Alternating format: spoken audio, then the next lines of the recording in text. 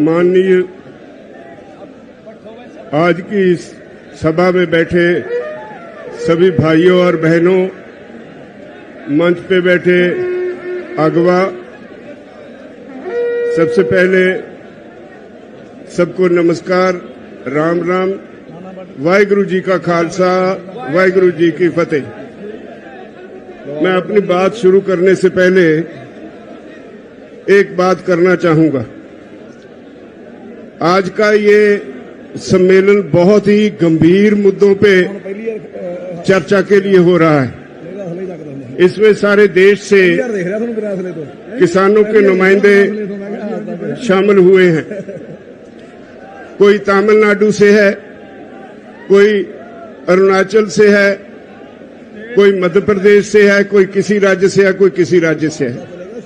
और ये सभी अगवा जिन्होंने अपनी जिंदगी लगा दी किसानों के लिए, किसी के पास 20 साल का तजुर्बा है, किसी के पास 30 साल का तजुर्बा है, सभी लोग माननीय हैं। लेकिन मुझे अब आज यहां जो 100 के करीब नौजवान खड़े हैं, उन्होंने बहुत आहत किया है और उनके शोर की वजह से आप सभी लोगों की बात नहीं सुन पाए। ये एक तरह से मैंने गिला किया है टिकैत साहब को कि जो अगवा यहाँ आए एक तरह से उनकी बेइज्जती करने के बराबर है। क्या इनको कंट्रोल किया जा सकता है क्या? हम लोग देखो भाइयों, जिस काम के लिए आया पहले वो सुनो आप। ये लगाई और उनको ये लोग हो करके डिस्टर्ब करते रहे। क्या यही रैली का हिस्सा है? बाकी सारी रैली हिस्सा नहीं है? भाइयों, ये नहीं करना चाहिए। कोई तमिलनाडु से चल के आया है, वो आपका हिस्सा है, आपको उसका सम्मान करना चाहिए। अलग बात है कि लैंग्वेज प्रॉब्लम है, आप ठीक से उनको समझ नहीं पाए, लेकिन हूटिंग करना भी कोई अच्छी बात नहीं है। हम एक क्लास है, अलग क्लास है बाकी लोगों से। अरे ये कौन है भाई? क्या बदतमीजी है ये? ए भाई, मतलब तुम ही लोग हो गए क्या जो यहाँ 15-20 लाख आदमी आ रहे हैं, तुम बदतमीजी करोगे? और नीचे बैठ, बैठो नीचे, डी के बीच में पूरा बैठाओ। मतलब क्या बदतमीजी है भाई ये? मतलब कौन लोग हैं ये?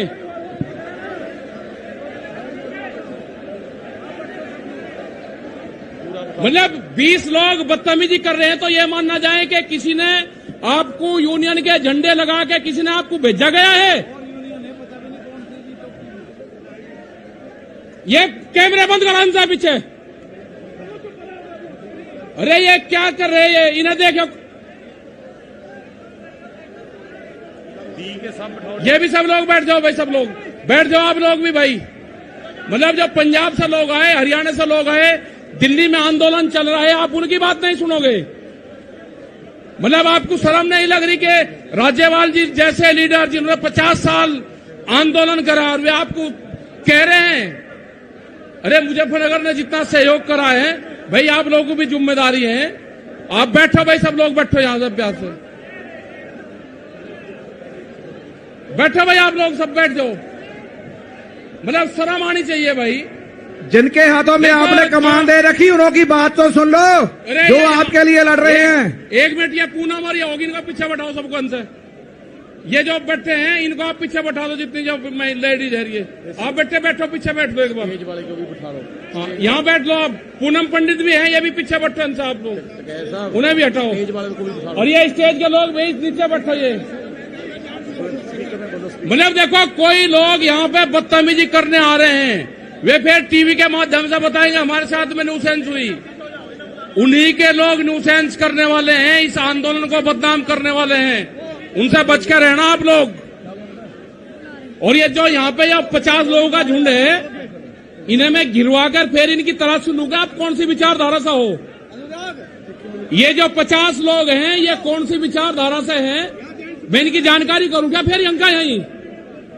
अगर आप खड़े हो गए, आपको यहीं घेर के मैं तलाशी ले लूंगा आपकी। आप हो कौन? आप शांति से बैठे रहे, बदतमीजी मत करो यहां पे।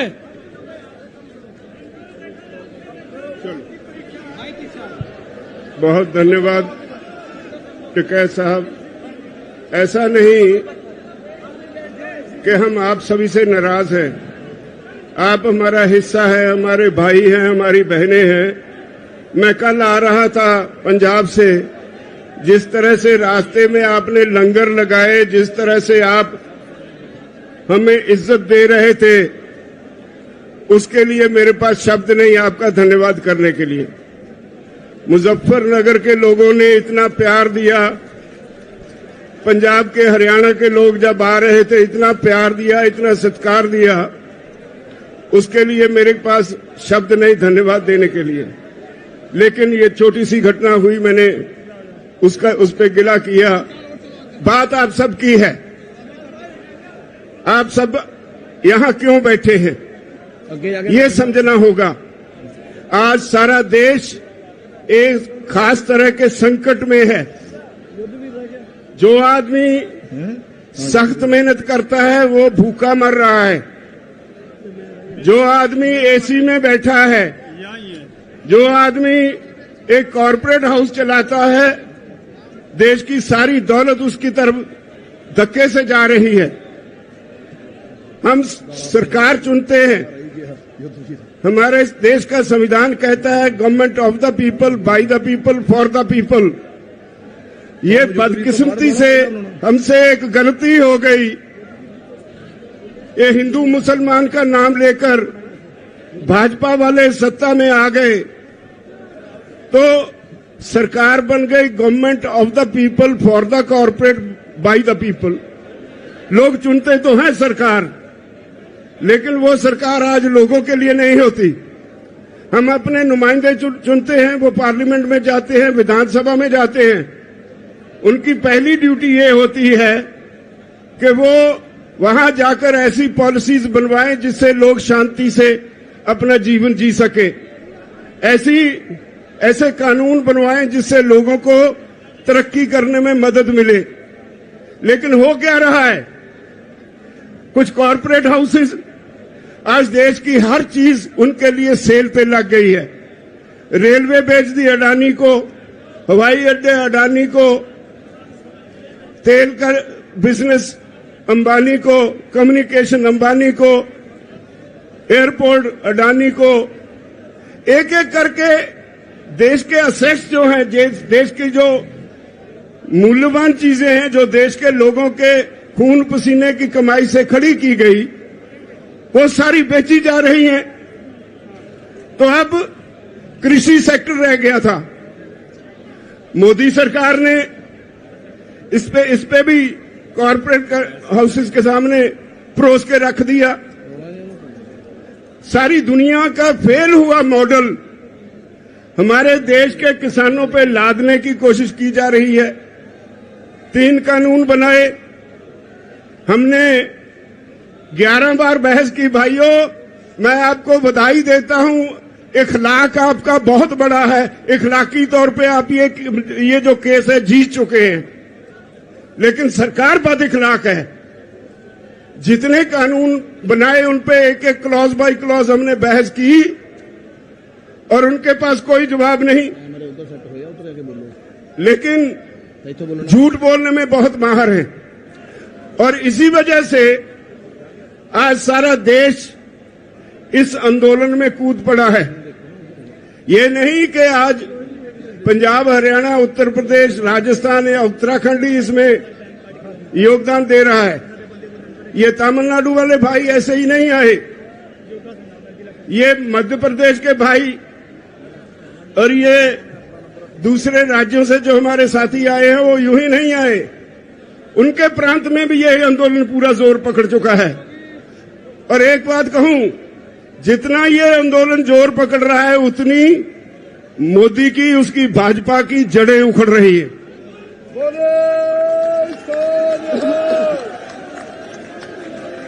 हमने बंगाल के चुनाव के वक्त कहा था कि हमारा काम नहीं है ये। अगर सरकार को वोट की राजनीति से बिना कोई बात समझ में नहीं आती तो हम वोट पे चोट करेंगे। हम बंगाल गए, वोट पे चोट की, तो आज कहां है वो जो पूरा जोर लगाया हुआ था अमित शाह और मोदी जी ने? मोदी दोनों को लोगों ने मांझ के रख दिया। जिंदाबाद। अब वो कहते थे ये तो पंजाब से हैं, ये तो हरियाणा से हैं, ये तो थोड़े से यूपी से हैं, थोड़े से राजस्थान से हैं, और कभी खालिस्तानी, कभी पाकिस्तानी, कभी आंदोलनजीवी, पता नहीं क्या क्या नाम दिए हमें। जिसे अन्नदाता कहते थे उसे तरह तरह से गालियां दी गई। वो गालियां सारे देश के किसान ने सुनी और उनके दिल पे उकरी गई, और यही वजह है आज इतनी संख्या में लोग यहां आए हैं। इतनी गालियां मेरे ख्याल में अपने जीवन में इस देश का किसान तो भूल नहीं पाएगा, कभी बीजेपी को माफ नहीं करेगा।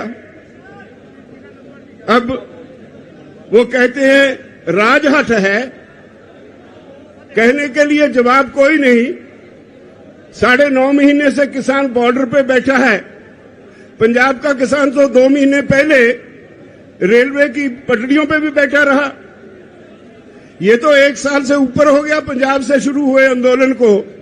आज सारे देश का किसान सड़कों पे है और अब भी उन्हें समझ नहीं पड़ रही। आज का आपका ये इकट्ठ, ये एक वार्निंग सिग्नल है मोदी सरकार को कि राहे रास पर आ जाओ वरना मिटा दिए जाओगे।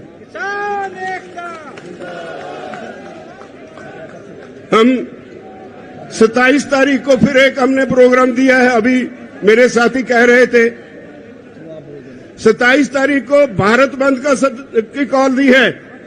इससे पहले भी हमने कई कॉल्स दी। संयुक्त मोर्चा यहां से कॉल देता है और सारे देश में वो सफल हो जाती है। अब 27 सितंबर है। मेरी निवेदन है इस देश के किसानों के अलावा व्यापारी वर्ग को, मुलाजिम वर्ग को, वो गलतफहमी में है। ये आंदोलन सिर्फ किसानों का नहीं है, ये सारे देश के लोगों का आंदोलन है। देश की होंद का होंद बचाने का आंदोलन है, लोगों का अस्तित्व बचाने का आंदोलन है, भविष्य बचाने का आंदोलन है। बचोगे आप भी नहीं अगर इस किसान आंदोलन में साथ नहीं दोगे। बड़े बड़े कॉरपोरेट हाउसेस, बहुत बड़े बड़े 10-10, 20-20 एकड़ में मॉल्स खोलने के लिए तैयार हैं यहां पे। अब कॉरपोरेट हाउसेस के मन में एक पानी आ गया मुंह में। वो कहते हैं हर काम में घाटा हो सकता है, हर बिजनेस में घाटा हो सकता है, लेकिन कृषि में कभी घाटा नहीं होगा। इसलिए उन्होंने समझा कि हर आदमी खाना खाए बगैर तो जी नहीं सकता, तो जो कृषि में पैदा होता है उसको कब्जे में ले लो। आज दुनिया के विकसित देशों में, हाँ भाई फिर लगा लेना नारा, दुनिया के विकसित देशों में कॉरपोरेट हाउसेस में दौड़ लगी है जमीन खरीदने की। लाखों हेक्टेयर जमीन एक एक कॉरपोरेट हाउस खरीद रहा है। अगर वो सफल हो गए तो याद रखो हर गरीब की रोटी अमीर कॉरपोरेट हाउस के गोदाम में कैद हो जाएगी। ये देश दोबारा फिर गुलाम हो जाएगा। इसको बचाने की जरूरत है, इसको बचाने की जरूरत महसूस करके ये सारे देश का आंदोलन बन गया है। तो मेरी सबसे निवेदन है, जो भाई दूसरे काम भी करते हैं बारी उनकी भी आने वाली है। जब सरकार हमें ये कहती है कि भाई आपकी ये कानून वापस लेने में हमें कोई आपत्ति नहीं, लेकिन हमने बहुत से सुधार किए हैं, बहुत से लेबर लॉज बनाए हैं। अगर आपके ये कानून वापस ले लिए तो कल को लेबर वाले आके बैठ जाएंगे। तो हमने कहा कि अगर इतने पाप किए हैं तो गंगा नहा लो एक ही बार, सारे वापस ले लो। और उनके पास कोई जवाब नहीं। इसका मतलब है वो मानते हैं कानून उन्होंने गलत बनाए, संवैधानिक तौर पे गलत बनाए, देश के लोगों के खिलाफ बनाए, देश के किसान के खिलाफ बनाए। और अब जब किसान को समझ आ गई, वो इनके सर पे आके बैठ गया, तो इनको कोई रास्ता नहीं मिल रहा। वो कहते हैं हमें कोई रास्ता बताओ जिससे हमारी इज्जत बच जाए, आपका काम बन जाए। हम उनकी इज्जत बनाने के लिए तो आए नहीं, हम तो अपना हक लेने के लिए आए हैं। ये कोई छोटी बात थोड़े है कि 9-10 महीने लगातार किसान धरती पे सोए। सर्दी निकल गई, गर्मी निकल गई, बरसात निकल गई, और हमने कह दिया है इस सरकार को कि जब तक आप चाहोगे 2024 तक भी हम यहीं बैठे रहेंगे, तब तक वापस नहीं जाएंगे, जब तक कानून वापस नहीं होंगे।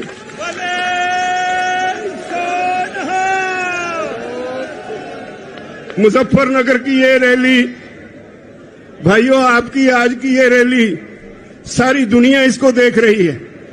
पिछले हफ्ते अमेरिका में वहां के गोरे किसानों ने आपके हक में एक बहुत जबरदस्त मुजाहरा किया, और उन्होंने जो मैसेज सोशल मीडिया पे दिया, वो कहते हैं भारत के किसानों हम आपके साथ हैं, भारत के किसानों डरना मत। इन्होंने हमें डरा के कॉरपोरेट्स के चुंगल में फंसा दिया, और आज हमारी हालत ये है कि कॉरपोरेट का नाम सुनते ही हमें कंपकपी छिड़ जाती है। मत डरना इनसे, आपके साथ सारी दुनिया के लोग हैं। हाउस ऑफ कॉमन्स में 2 बार बहस हो चुकी है आपके इन कानूनों के ऊपर। ऑस्ट्रेलिया में, न्यूजीलैंड में, कनाडा में, हर देश की पार्लियामेंट पे चर्चा हो गई। विदेशों में सरकार की खिल्ली उड़ रही है। तो आपके आज के इस रैली ने एक चेतावनी दी है, मैं समझता हूं, मोदी सरकार को और भाजपाइयों को। या तो वो राह रास्त पे आ जाएं, वरना अब इस आंदोलन को आप रोक नहीं पाओगे। ये घर घर चला गया।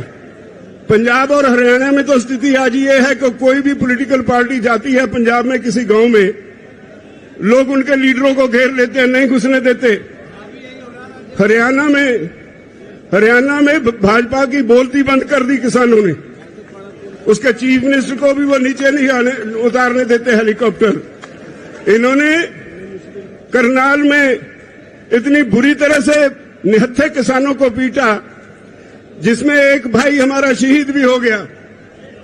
और हमने 6 तारीख तक वार्निंग दे रखी है हरियाणा की सरकार को कि या तो उस ऑफिसर के खिलाफ जिसने सर फोड़ने की हदायत की पुलिस को, या तो उसके खिलाफ 302 का मुकदमा दर्ज करो, नहीं तो फिर 6 तारीख को आपकी सेक्रेटेरिएट को घेर लेंगे।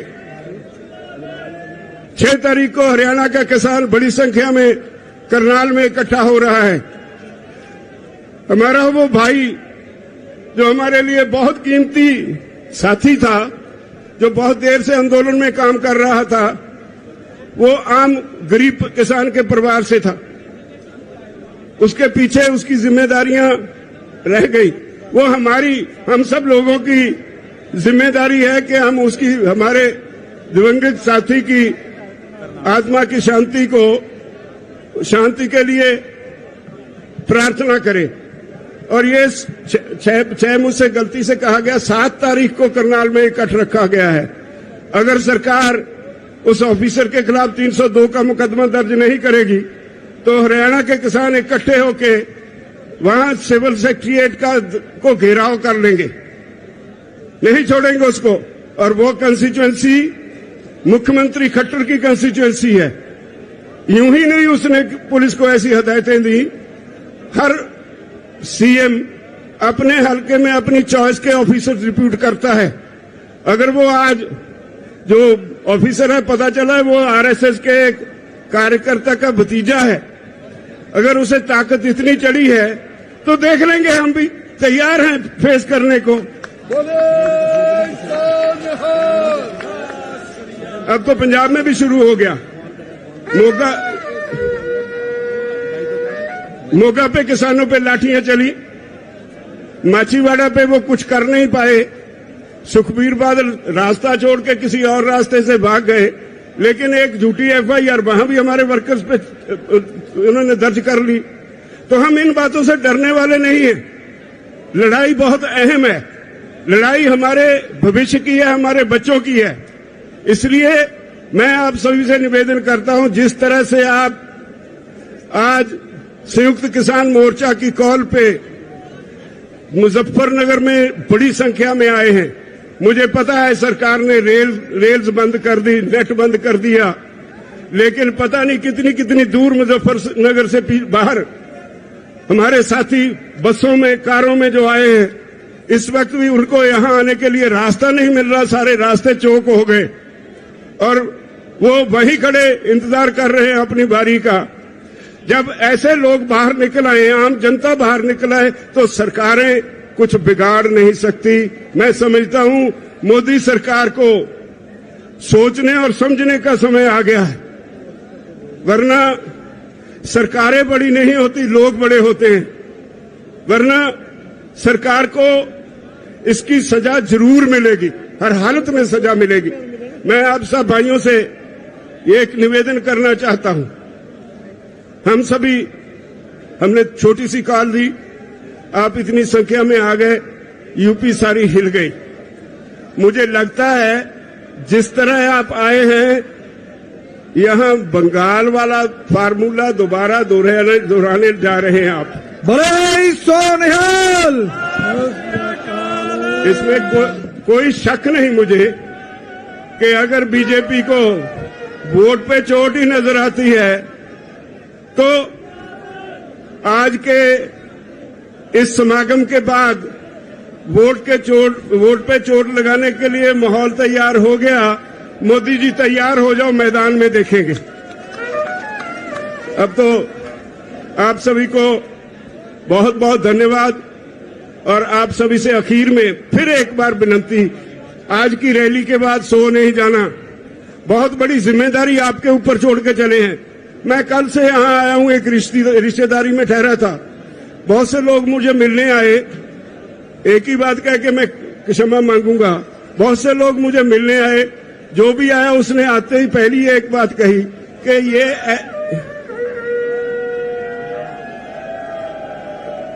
हर एक ने एक ही बात कही कि ये ग्राउंड ऐसी ग्राउंड है, जब मुजफ्फरनगर में इस ग्राउंड में रैली होती है और ये ग्राउंड भर जाए, इसका मतलब होता है यहां की सरकार गई। बोले सोनिहाल। सत श्री अकाल। ये इस मैदान का इतिहास है। अगर यही इतिहास है तो भगवान करे जल्दी ये हमें सफलता मिले और उसको छुट्टी मिले। वो जो आजकल परेशान हैं तो उनको छुट्टी मिले इस काम से, वो अपने घर में मंदिरों में पूजा पाठ करें।